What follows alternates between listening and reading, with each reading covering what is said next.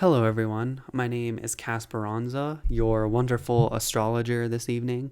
And in this video, I wanted to talk about a potential economic collapse for the United States and perhaps the entire world, because the United States has such a strong economic influence regarding the entire world. And the reason why I want to talk about it is because the United States is about to have its Pluto return. And this is a very big deal because it takes Pluto 250 years to come back to the same place as it was, right? It takes 248 years to complete its orbit. You could say this is the beginning of a new era. This is a beginning of a new United States, a new economic system, especially because America's Pluto is in the second house, and the second house has a lot to do with finances. It has a lot to do with money, resources, how money is made. And since Pluto is coming back into the second house, since Pluto is about to meet with America's natal Pluto, we are going to see an entirely new way of making money, a new economic system. Maybe the dollar goes away. Maybe Bitcoin replaces the dollar.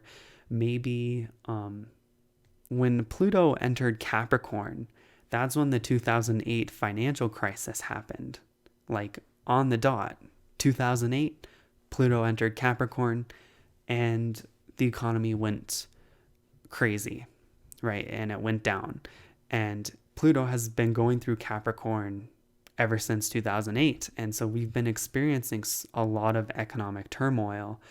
And I feel like we're reaching a point where Pluto, which is the planet of death, destruction, transformation, obsessiveness, intensity, I think it's going to kill off and destroy a lot of the parts of the economy that no longer serve us anymore.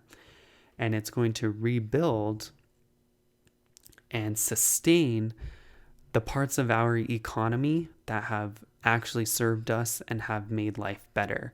So we're going to go through growing pains, right? What doesn't kill you makes you stronger. And I think what's really interesting and what suggests even more of this financial creative destruction is seen with Venus about to conjunct Pluto as in this December of 2021. Venus rules over money, resources, and transactions and relationships. So it also rules over the second house. So you can see even more of this dynamic, and you can see even more of this dynamic in the fact that Pluto rules over Scorpio and Venus rules over Taurus. And Taurus and Scorpio have a natural opposition to each other. So this opposition has a lot to do with building things and destroying things. Taurus is the builder, right? It's a fixed earth sign, so it's about collecting resources, building resources, sustaining resources. And Scorpio is about destroying those things. It's about transforming those things. So Scorpio destroys the parts of Taurus that are superfluous, decadent, over the top, unnecessary. In fact, what's really interesting and what made me think about this was I typed in the word decadence in YouTube just for fun because I was thinking about how the left wing can kind of seem quote unquote decadent with their, hedonistic approach to sexuality and, homosexuality. Obviously I don't really believe that anymore. But there's this sense that society is decadent, that we're consuming way too much, that society is way, way too comfortable. And so I just was kind of on this mode of, what is decadence, right? And the word decay can be found in decadence, right? It's like the beginning of the end. And if you think about the sign of Scorpio, Scorpio is at the heart of fall. It's that at the heart of autumn when we've passed over summer where we've indulged ourselves, and now we're reaching a point where things start to die, right? The leaves start to fall, the sun appears less, the days get shorter. But everything is beautiful right before the collapse. So it's like right before winter when things start to get cold and things start to die, right? So we're at this age of decadence, and there's this video by Descent View called The Age of Decadence.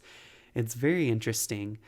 It analyzes how the United States, or Western culture as a whole, is in the age of decadence.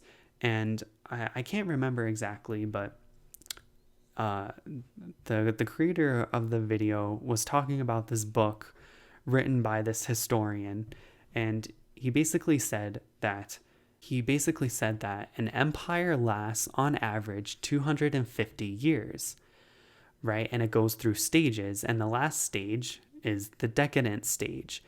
And I think this is incredibly interesting because Pluto takes 248 years to complete its orbit.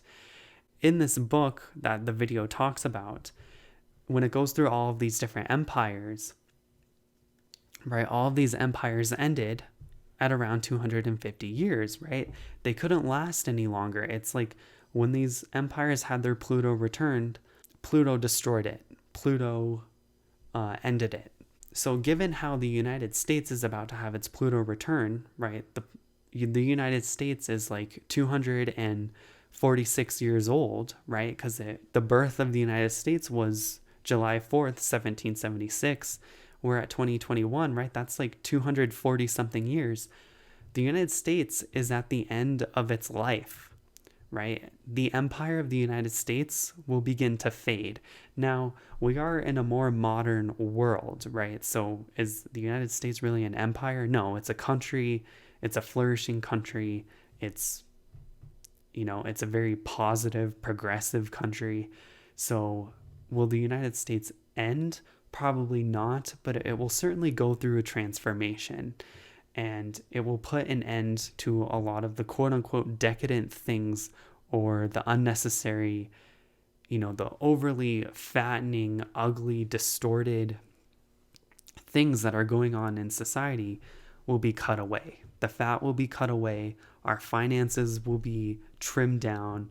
The bubbles will pop, right? Things will begin to change. And the exact day that Pluto makes its return for the United States is February 21st, 2022. February 22nd, 2022. So it's like, I think it's interesting because it's 22222. You could say the day when the United States officially dies will be on that day. But because Pluto moves so slowly, and because Pluto retrogrades, right, it doesn't just move forward in Capricorn, it goes backwards. So it will hover around 25 to 29 degrees of Capricorn for the next year or so. So this next year, you'll see the slow decay of the United States, and you'll see the rebirth of a new United States. I also think it's interesting that Pluto is also about to enter Aquarius. So even if the United States didn't have a Pluto return, the fact that Pluto is about to enter Aquarius will probably see an entire transformation and death of society. Not a literal death, but society will transform. Because Aquarius rules over society. Aquarius rules over the public, right? Capricorn ruled over economics and finances, which is the reason why when Pluto entered Capricorn in 2008, the housing bubble popped. When Pluto enters Aquarius, the bubbles in society will pop, whatever those may be. Society will be forced to cut away the unnecessary parts of it. We could see a new form of social justice.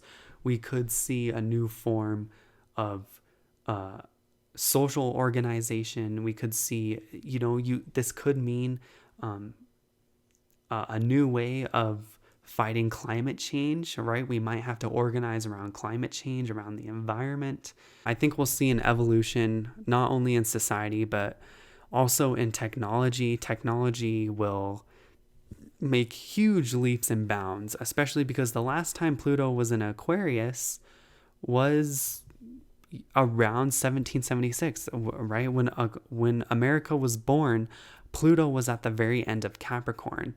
And so around the end of the 18th century, that's when we saw the beginning of the Industrial Revolution. We saw new increases in technology. We saw an increase in human freedom, human flourishing. So we could see a similar thing like this happening today. Not only will America die, but we could see a new government, a new establishment, a new world will be born out of the ashes. And I think in the end, it will be about human freedom, human flourishing, a higher state of living.